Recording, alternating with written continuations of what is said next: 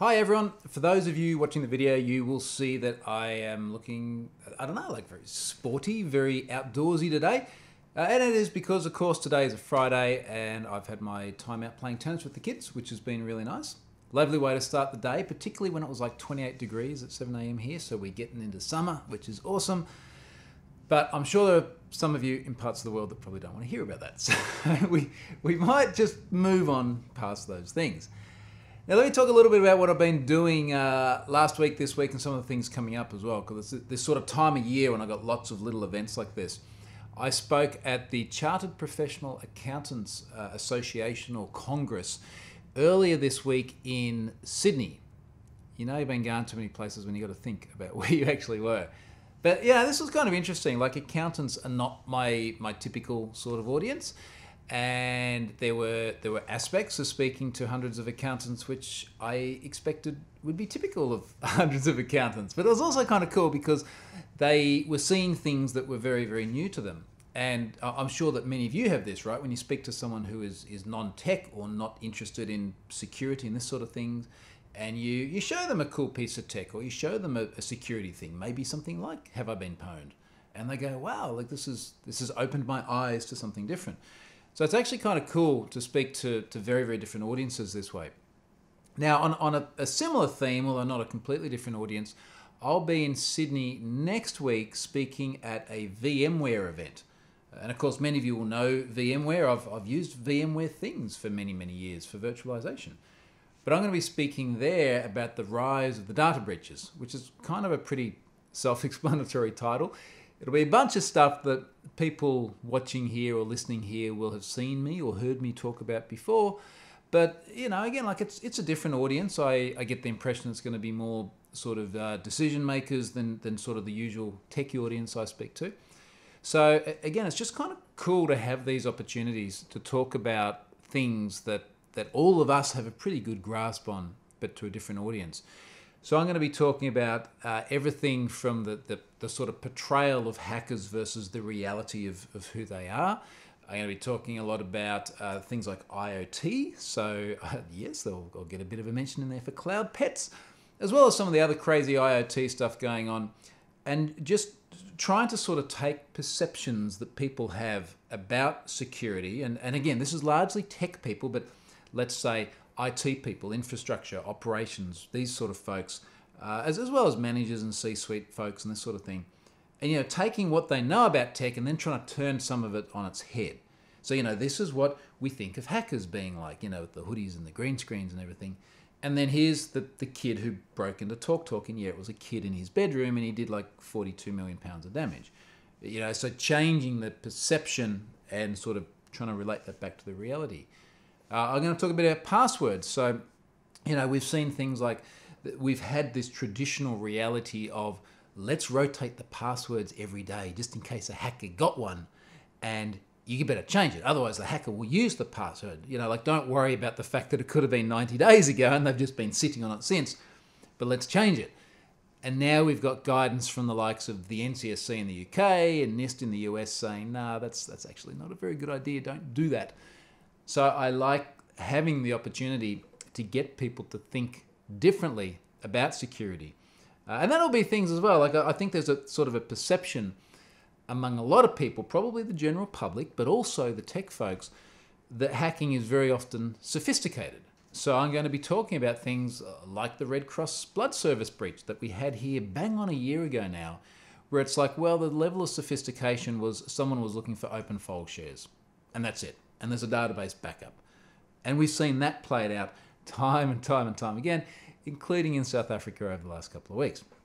And incidentally, I think that's going to be something that goes on to be a much bigger issue that seems to have quite a bit of government interest in at the moment. So it'll be curious to sort of see how that unfolds over the coming months and inevitably years. So that's where I'm off to. I think it's a couple of weeks after that. I'm then doing a McAfee event in Sydney as well. So again, like a little, like still techie, but just a little bit of a different audience. And a few other things I'll talk about later on. But fortunately, all in Australia, which is great, particularly at this time of year. So that's that. Little random thing. I got a new one of these the other day, and many of you will know this as an iPad. I mean, it's like not not entirely unusual in that regard. But I went and got an iPad Pro.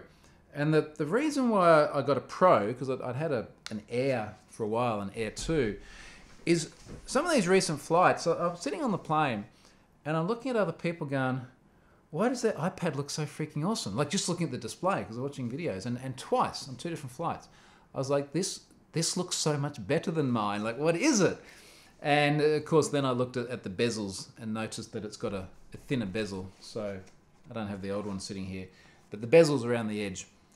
Incidentally, that is my son like 7 years ago, before I had a daughter as well, but I just can't bring myself to get rid of the photo because it's so cute. But what you can see is, just in the light, for those of you watching the picture here, is not only the palm trees and the reflection, you can see it's got a very thin bezel. And what this means is that there is more screen real estate. It's physically a very slightly larger device, but more screen real estate and an improved screen quality due to all sorts of acronyms that Apple uses. I'm not sure how many of them they made up, but visually it looked really good. But the thing that really got me is that often I'll sit outside here, and even if I'm just having lunch, like I'll sit outside, have my lunch, try and read something on the iPad, and by the time I put my sunglasses on, which is not kind of optional in this climate, on the Air 2, I literally couldn't see anything. Like I had to take them off and then squint. And I'm just blown away by how much better the screen on this is, because I can sit outside with full sunnies on and see it crystal clear. And this is one of these things where I've spoken about it before. Like, believe me, I get nothing from Apple. They give me absolutely nothing. I go and buy all of these Apple-y things, like what's on, like what I'm talking into at the moment, and this one. But this is just so much better, and I'm very, very happy for it. And speaking of buying Apple things, that iPhone 10 is launching today. At least pre-orders are launching today. So I will be ordering one of those, not least of which because I'm really, really keen to play with that Face ID. And I really want to see what circumstances we can actually unlock it by pointing it at people. So I've got a whole bunch of ideas about this. If you have ideas about how you would like to see me try and use Face ID in a way that it's not meant to be used, let me know. So I'm picturing I might get the little guy to help me, and he'll like be chasing me around with the phone. It's like, look at your phone and unlock it. You know, I'm a bad guy. I want to get into your phone. Just look at it, damn you. Or something to that effect. As well as obviously the when you're sleeping thing. That's not meant to work if you're not looking at it. But I am kind of curious because I think it's just a really interesting technology that I've spoken about at much more length in the past. But so far it's all been speculative without having one in the hand. So Apple will get more of my money later on today. And just incidentally, while I'm going off on tangents, I had someone, I think it was someone just this week, but it's a regular thing that comes up where they're like, why are you buying an Apple thing when you're meant to be a Microsoft person? Or I think what actually came up, someone said, why have you've got these Apple things, why do you have a PC? It's like, it's okay to like sleep around with different technology. You know, like you don't have to invest your entire life in this one technology stack and then only do that. And yeah, when I look around at the different sorts of devices I have from different organizations, I'm very comfortable with that. It's all right. You don't have to go all in. Anyway, so moving on. A couple of things I thought I'd talk about today. And one of them is one that I accidentally skipped last week because that South Africa thing just blew up into such a massive story. And this was around what would it look like if we put warnings on IoT devices like we do cigarette packets. Now, I want to give a bit of context here because this is sort of this is actually, it was actually kind of tongue-in-cheek, and then it turned into something which was a bit more serious in a fairly positive, constructive way. And the premise for me was that there's a company called VTech, and a couple of years ago, VTech got hacked. Now, VTech creates tablets for children to use, among many other toys. You may even have a VTech toy if you've got kids. I did, and I didn't realize. Not a tablet, actually had a little digital camera the kids could use. And yeah, VTech created these toys where the kids can use this tablet and they can chat with other people. And in order to chat with other people, you have to actually create an account online. And of course, we would know as technology people that when you go into the tablet and you create an account, it goes into the cloud or someone else's computers anyway. And once it is there, someone else may obtain it. and someone else did. So they got millions of parents' records, millions of kids' records, sent it to a reporter sent it to me, on to Have I Been Pwned, usual media sort of hoopla, and here we are. And yeah, a couple of years on now, there's a story about how a class action, which was mounted inevitably by parents who had their data in there, the class action had failed. Now, first of all, on that actually, I'm quite happy to see that class action fail. And let me explain why. This data was obtained by one individual who gave it to one reporter who gave it to me. And then that individual got arrested.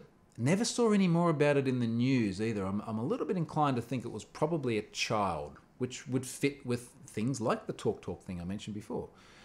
There was me. Eventually, I deleted the data as well. I've written about why I did that in the past. And then we're just left with the reporter. And I've never, ever, ever seen this data circulating through any circles.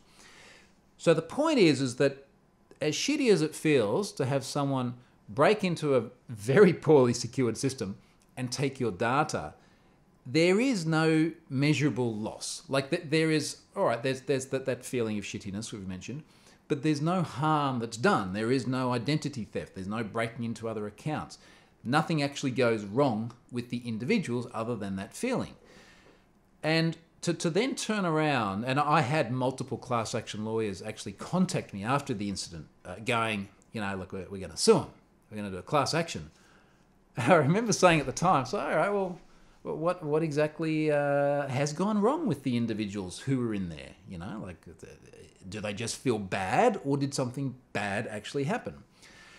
And I guess that the bottom line is that where there hasn't been any harm to the individuals, I hate the idea of class actions because it is blatantly, flagrantly a money grab. It's people going, I could get some cash out of this. Now, having said that, the regulators should absolutely be throwing the book at them because they did some really seriously stupid things in the design of their software. They exposed customer data. They put people at risk. It could have been much worse. They deserve a penalty. Something should be levied at VTech. But it is not individuals going out saying, I've been harmed. And this whole sort of overly litigious environment we live in is just, it just drives normal, sane people nuts. So anyway, I don't believe the class action should have gone ahead, and I'm happy that failed. However, here's the relevance. So there was a story, a news story about this, and I want to read the piece here, where I've snipped out a bit of the news story where they talk about VTech effectively trying to absolve themselves of responsibility. Now, this is part of their terms and conditions. And the terms and conditions say, you acknowledge and agree that you assume full responsibility for your use of the site and any software or firmware downloaded therefrom. All right. You acknowledge and agree that any information you send or receive during your use of the site may not be secure and may be intercepted or later acquired by unauthorized parties. And this is the bit where it sort of starts to sound really icky, right? And then they say you acknowledge and agree that your use of the site and any software or firmware downloaded therefrom is at your own risk. And this is kind of, it's like the, yeah, here you go, you're on your own kind of clause. Like, we built this thing, it may not actually be any good, but you're agreeing to it because it's in the terms and conditions, but you're really not because nobody reads the damn things and they wouldn't really change their behavior even if they did. And when I saw that, I tweeted and I said, hey VTech Toys, how about put this warning on the box so it can be seen before purchasing? And then I said, yeah, didn't think so. And this is the thing, like this was just a very sort of offhanded comment. And this was actually 2 weeks ago today. And I made this sort of offhanded comment. And then I sort of started thinking about it. I was like, that's not a bad idea, is it? Because in a way, it's kind of like this is a potentially dangerous product. Like, you could use it and it could go wrong. Maybe you should warn people. And I was thinking about it and I thought, we've got a precedent for this. We do this in Australia with cigarette packs. And Australia has been leading the world in terms of warnings on cigarette packs. So we were doing sort of very graphic kind of cancerous lungs and holes in throats and like brains cut in half with tumours, like really visual, gory stuff for many, many years. And it actually had a really big impact on buying habits of the product. And the way it looks today is you can't have any cigarette branding whatsoever. So every single pack has to be the same shade of green. It's like an olive army kind of green. There has to be a big black label across the top. And the example I've given here of a pack is, don't let children breathe your smoke. There's then a government, and this is from the government, there's then a government issued photo beneath that. And the one I show is some poor kid laying in a bed on a respirator. And then there's a big yellow warning down the side, and it says, warning, the toxic chemicals in tobacco smoke damage your blood vessels, damage your body's cells, and attack your immune system. Like all pretty nasty stuff, right? And then there is a space with a standard font and a standard size where you can have the brand and then the variant of the cigarette. And then in Australia, you cannot put them on public display anywhere. They have got to be behind a closed cabinet. And I think the only thing on the cabinet, like it's just normally a big white cabinet in a newsagent or something, is big warning labels saying basically smoking will kill you. So it's really, really, really graphic here. And again, it's had a massive impact, and it's often referred to around the world as sort of the, I guess, the leaders in smoking cessation or warnings. So anyway, I kind of went, well, what if we took that and we used that? Because, you know, if VTech is like, hey, warning, let's put that on there. So I wrangled up the VTech warning, and I took their image of the Inno tab, which is the little iPad sort of thing. And I put the heading, which they used. You assume full responsibility. And I said, warning, you acknowledge and agree that any information you send or receive during your use of the device may not be secure and may be intercepted or later acquired by unauthorized parties. Which is their wording exactly, except when you see that on the front of the box with the device, like this would fundamentally change buying habits. And I think what I was really trying to say originally is, this is something that you want to have in order to absolve yourself of risk, but you really wouldn't want people to consciously see this, would you? You know, like you'd want to hide this down in the terms and conditions. But then I kind of got on a bit of a roll and I was thinking about the other IoT things that we deal with. So, you know, I've got like the Cloud Pets here. This is a listening device for kids is the title, and there's a warning about exposed Mongos.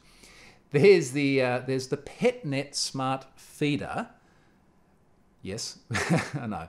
It's an IoT device to feed your dog or your cat. And the title I've got here is, we may starve your dog or cat, because they did have an incident a while ago where their service was offline and the frickin' pet feeder didn't feed the animals, which is kind of alarming. There's the Nissan Leaf, which I was heavily involved in very early last year, which is the one where other people could actually control the climate control features of the car, because it only needed the VIN number to connect to it. And I've said car ownership is a real thing, and then given a warning there. We've got the Miele dishwasher with the directory traversal risk.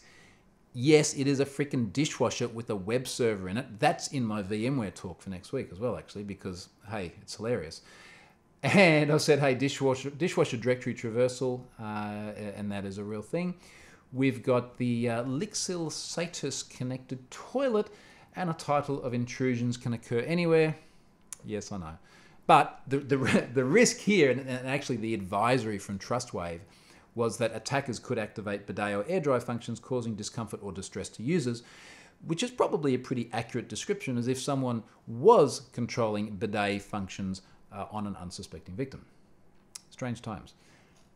And then finally, there is the WeVibe, and WeVibe is the, how should we put this to keep it a G rating, a bedroom device for discerning adults who may not be in the bedroom at the same time. They may be in different places, but they want to be able to interact, for people listening to the podcast, it was air quotes, interact with the other party. And WeVibe got themselves into a whole heap of trouble because usage statistics and patterns of the device, including things like vibration mode, were stored and sent to the cloud against an identity of the person using it. And the people with these devices were awarded up to $10,000 each. And the title of this warning is, we can see how kinky you are, which is, you know, basically what it does. So yeah, this was very tongue-in-cheek, and incidentally, afterwards, I've done a heap of interviews with news and media and different organisations who were like, wow, this is actually really cool, maybe we should do this. And this is entirely coincidental, I assure you. But I think a few days after this, our government down here in Australia came out and said, look, we're thinking about putting warnings or star ratings on IoT devices. And they would have been thinking about this well before I wrote this, so it's certainly nothing to do with what I did.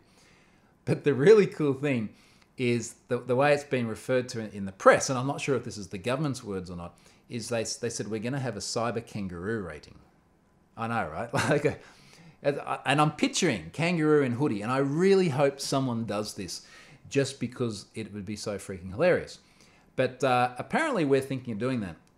Now, to be honest, I don't know how effective that would actually be. And well, actually, let me rephrase it. It'll certainly be effective in terms of there'll be some visual recognition. I'm not sure how accurately you could do it. Because when we think about the sorts of vulnerabilities and all the things we've just seen, let's say it's something like WeVibe. Okay, assuming it is collecting some usage stats, which you might have opted into because it was in the terms and conditions like VTech, how do you actually know whether or not it's going to be anonymized when it's stored? Let's say it's Cloud Pets. How do you know if their MongoDB is actually in a publicly facing web segment and it has no password on it? Stuff like that. I'd imagine something like the Nissan Leaf, like you could pick up the device and go, okay, well, you're basically just sending a VIN number and I can control another car. But the point is that a lot of these security aspects of IoT become very nuanced because the vulnerability then sits in the service behind the device, and it may not even be there at the time the cyber kangaroo is actually awarded to the device. So as much as I applaud the idea of having some sort of safety or security rating for IoT devices, I can't really fathom yet how they're going to do that in a reliable fashion in a way that adapts to the security profile of the device and the service as well. Because maybe Cloud Pets originally didn't have their MongoDB publicly facing. Maybe they originally had a password on it and they got their cyber kangaroo, hypothetically. What happens later on when that security profile changes? So I'm really not quite sure how they're going to do that. It's not quite the same as something like nutrition information on the front of a pack. So, we have like Heart Smart foods here and you get a little, heart on there and how many calories and kilojoules and all the rest of it are in there. And that is a feasible thing to do, but the security stuff, I don't know. We'll see. But I will be the first to share the cyber kangaroo if it does appear in the future. Now, moving on, something I did actually write this week was around Lenovo and ThinkPads and the fact that they're giving me one to give to you guys, which is kind of cool. Now, again, just for context, I am on a program with Lenovo, so they call it a Lenovo Insiders program. I've been buying I've been buying ThinkPad things for about 20 years. And they were IBM, and then, of course, Lenovo came along a decade and a half ago and bought it. And I kept buying ThinkPad things, and eventually they put me on this program, and they occasionally send me things like the P50, which I use absolutely non-stop every day. In part because it's a laptop with a Xeon processor and 64 gigabytes of RAM. Like, what's not to love? And I use that Yoga, which is actually sitting behind me on the desk. So the Yoga 900 on the desk there. I use that very frequently as well. So they are great machines. I do love them. They are things that I was endorsed in, irrespective of anything that they've given me. But when they came along and said, all right, look, as part of the program, we'd like to give you a machine to give to someone else, I was like, okay, well, that's cool. We can do something with that. And they said, look, you can figure out how to do it. And, well, actually, let's talk about the machine first. It is a 25-year anniversary edition ThinkPad. So ThinkPad's been around for 25 years now. And they've done this anniversary edition, which is a little bit retro, and it's basically like a T-series ThinkPad. But it has sort of many of the things about it which are the reasons why I kept buying ThinkPad. So it has the Epic keyboard. The keypad on the ThinkPads are awesome. The keypad on that little Yoga up there, like, that's okay for a little bit when I'm mobile, but I don't want to pump out heaps of writing. The one on the ThinkPad I could write on all day, and frankly, it's pretty much as good as using something like that, other than the sort of ergonomic shape aside. So there's that, and it's got fingerprint reader. It's got one of the infrared cameras, so you can do the Windows Hello sort of facial thing, which is cool. I assume that's what it'd be used for. They got a bunch of other really, really neat stuff in that machine, it'd be a great device. And I believe it retails for almost 2,000 USD. I didn't put a price on there because they don't have any stock at the moment as well. But anyway, so there's one of these. And I thought, okay, well, I'm not just going to give it to someone. Like you got to do something. This isn't a lucky dip.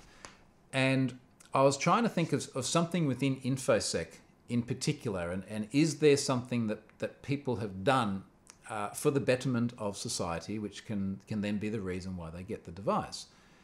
And I was sort of thinking about Have I Been Pwned. I didn't want to make this thing about Have I Been Pwned specifically. I wanted to be primarily when someone does something good for other people. But the sort of the best angle I could come up with is, let's give this to the person who can create the best thing on top of the Have I Been Pwned API, which helps other people become aware of their exposure in data breaches. So that's the scope of the competition. I said, look, you've got till Thursday, 2 weeks from now, which is roughly 13 days. And what I'm going to do is I'm going to say, look, here's sort of the guidelines, and I'll link to this. If you can go and build something awesome on the API, leave me a comment. I'll then pick the 4 best things. And then I'll update the blog post and I'll put them at the top of the blog post, and I will then put those 4 best things in a Twitter poll, and whoever gets the most votes out of that wins the thing, wins the ThinkPad.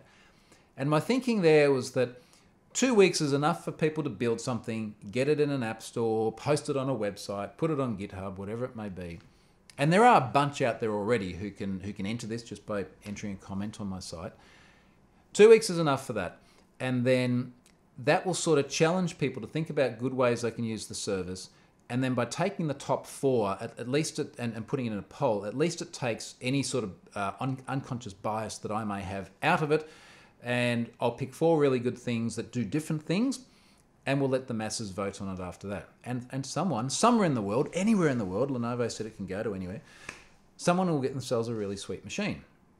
Now, you'll see, if you sort of follow this post, there's a bunch of ideas that have popped up already, and not just ideas, but working things, right? So this is my caveat. It's got to work. It's got to be freely available. If it's things like libraries, then you've got to make the code available to people. And there's a few up there already which are doing cool things. I notice there's at least 1 Android app in there, and there's a few Android apps already. There are other things that are people trying to raise the awareness of Have I Been Pwned with other people. And I really like where this is going. And I have one little hesitation, which is by no means a showstopper for the competition, but I want to explain it. A couple of people have said, look, my thing is it can do stuff like, say, it can use Google OAuth to access your address book, scan people in your address book, and then notify them if they were pwned. Now let's sort of look at this in 2 different parts. On the one part, from the awareness perspective of, there are a heap of people out there, probably in your address book, who have got no idea about this data breach thing, have got no idea about their exposure, and who would be genuinely interested in knowing this. This is really cool. And it gives them the ability to reach all these other people that would not have been reached before. In fact, one of the comments someone made, they're like, rather than bringing the sort of the people to Have I Been Pwned, how can you bring Have I Been Pwned to the people? Which I thought was a good point. So, you know, there's that side of things, and that could actually be really cool. Like, obviously you've got to stay within the rate limit and all that sort of thing, but very, very feasible. Now, the other part, because I want to make this really clear for everyone as well, the other part is that I've written at length before about the reasons why Have I Been Pwned is publicly searchable, and it doesn't just sort of disclose privately via email whether you're in a breach or not, the decision factors and the responsible use and the potential for abuse as well. The bit that I'm just a little bit cautious about is that if you're sort of searching for a bunch of people in your address book, and yes, you could go to the web page and just manually enter addresses and search it, but if you're automating it and then you're contacting them in any sort of automated way and saying, hey, did you know you've been pwned? I just want to make sure that people really think carefully about how to do this without the person receiving that message feeling like it's a scam or an invasion of privacy or something else that again just feels shitty. And I'm very, very conscious about the ethics of this service and the way it's portrayed and the way people receive it. Now, At the end of the day, if there are people that have done good implementations of this, I will pick at least one of them and put them in that top 4 list. And then folks out there can vote on it. And if the community as a whole feels that this is on balance in the best interest of people to have something like this, then great. If they don't, well, then it will fall to the bottom and they won't win the thing. So I just want to put that out there. But it's another one of those places where there's so many intersections in this project where you sort of go, you could go this way and it would be really awesome, but then it has those impacts. And there is a constant sort of weighing and balancing of how do we make the most of a bad situation. The bad situation being the data breach, making the most of it being letting people know and educating them. So look, people are thinking about that, and that's fantastic. We'll see how this pans out. I'll see if I can give it an update next week in my weekly update as well. And then in the update the week after that, I'll do it once this competition has closed, and I can actually talk about who the winner is as well, which will be cool. All right, so that's the Lenovo thing. So last thing, I've got Symantec. Symantec is back sponsoring my website this week. They've got their website security things sponsoring it. So they've been up there in the sponsor banner, as they have been on previous weeks as well. And I noticed actually this week when I went and had a look at what they're doing, they are talking a lot about HTTPS changes in browsers. So they've got a white paper there that talks about things like the fact that our browsers are now showing different indications on lack of HTTPS.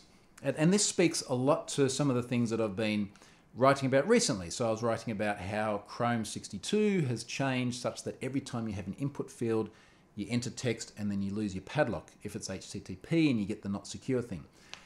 And I like the fact that this entire industry at the moment seems to be really shifting that focus to saying, let's try and make all of these things HTTPS and let's do a really good job of it. Okay, so that's all the updates for this week. I'm going to have something super cool to announce next week, which no one will see coming. It's something that I've invested a great deal of time and a great deal of money in recently as well, that I'm really excited about. And I'll be able to talk about that in full on Friday, because I'll have a blog post on that somewhere around the middle of next week. And you won't see it coming. You might sort of join some dots after you see it and go, oh, okay, I get why that makes sense. But it's something that I'm really, really excited about and something I'm now very heavily involved in. So look out for that. You'll see that come in next week's update, when I will also be back home after having done the VMware thing. So thank you very much for watching, and I'll share that really cool stuff next week. See you guys.